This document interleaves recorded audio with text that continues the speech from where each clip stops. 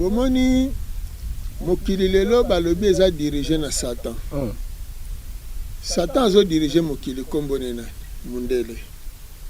Oyo azo semer désolation na babiteni nyonso, koboma, koyiba, kobebisa, nyonso mundele. Kasi lobi mokili ekozonga na maboko ya tata mokeli.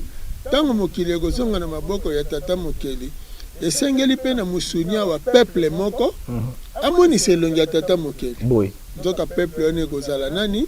Moto moyindo. Pona nini moto moyindo?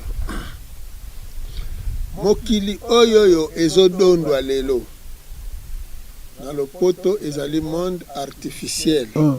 Donc oyo bango bakeli.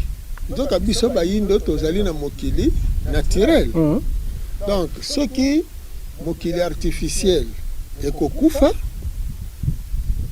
alors tokokende wapi na mokili naturel? Siko mokili naturel ezali wapi? Afrika. Ezali pa na biso bayindo. Donc Afrika milengeli. Ya wana boza komona mayewana nyonso.